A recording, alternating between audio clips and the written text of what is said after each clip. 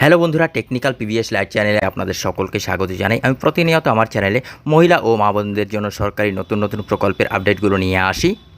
তেমনি আজও এক বিরাট নতুন আপডেট নিয়ে এসেছি। 1500 টাকা করে পাবেন মহিলারা।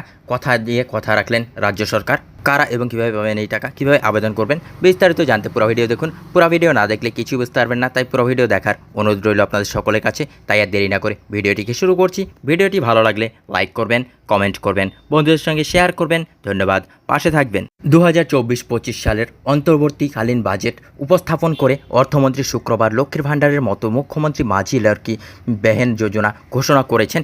এই প্রকল্পের মাধ্যমে রাজ্যের দরিদ্র মহিলারা সরকারের দেওয়া আর্থিক সহায়তা পাবেন। এর অধীনে রাজ্য সরকার সুবিধাভোগী মহিলাদের অ্যাকাউন্টে প্রতি মাসে 1500 টাকা করে পাঠাবে। তবে এক্ষেত্রে সুবিধাভোগী পরিবারের বার্ষিক আয়ের নতুন শর্ত বেঁধে দেওয়া হয়েছে। সোমবার অর্থাৎ 1 জুলাই থেকে এই স্কিম কার্যকর হয়েছে। কারা এই প্রকল্পের টাকা পাবেন আর কারা পাবেন না? মহিলা সুবিধাভোগীকে মহারাষ্ট্র রাজ্যের বাসিন্দা হতে হবে। দরিদ্রসীমার নিচে 21 থেকে 60 বছর বয়সী সমস্ত মহিলারা, বিধবা, ডিভোর্সি মহিলারা এই প্রকল্পের টাকা পাবেন। এই স্কিমের জন্য আবেদন করার সময় আবেদনকারী মহিলার নিজের ব্যাংক অ্যাকাউন্ট থাকতে হবে। আয়কর প্রদানকারী পরিবারের মহিলারা এই প্রকল্পের টাকা পাবেন না।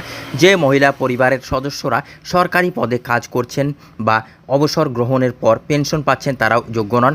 যে মহিলারা বর্তমানে অন্যান্য সরকারি আর্থিক স্কিম থেকে 1500 টাকার বেশি সুবিধা পাচ্ছেন তারাও এই প্রকল্পের যোগ্য নন।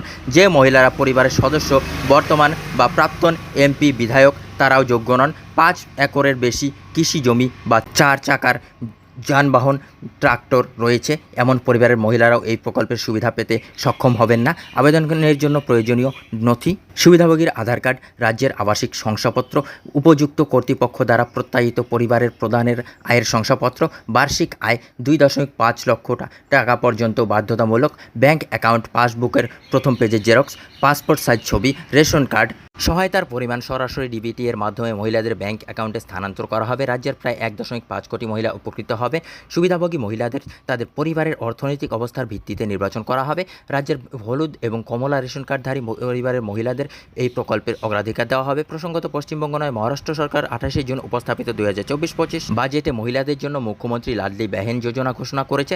মহারাষ্ট্রে এই প্রকল্পের নাম দেওয়া হয়েছে মুখ্যমন্ত্রী মাঝি লাডলি বেহেন স্কিম, যার অধীনে 21 থেকে 60 বছর বয়সী মহিলাদের মাসিক 1500 টাকা ভাতা দেওয়া হবে। বন্ধুরা, এই ছিল আজকের আপডেট। ভিডিও ভালো লাগলে লাইক করবেন, কমেন্ট করবেন, বন্ধুদের সঙ্গে শেয়ার করবেন। ধন্যবাদ, পাশে থাকবেন।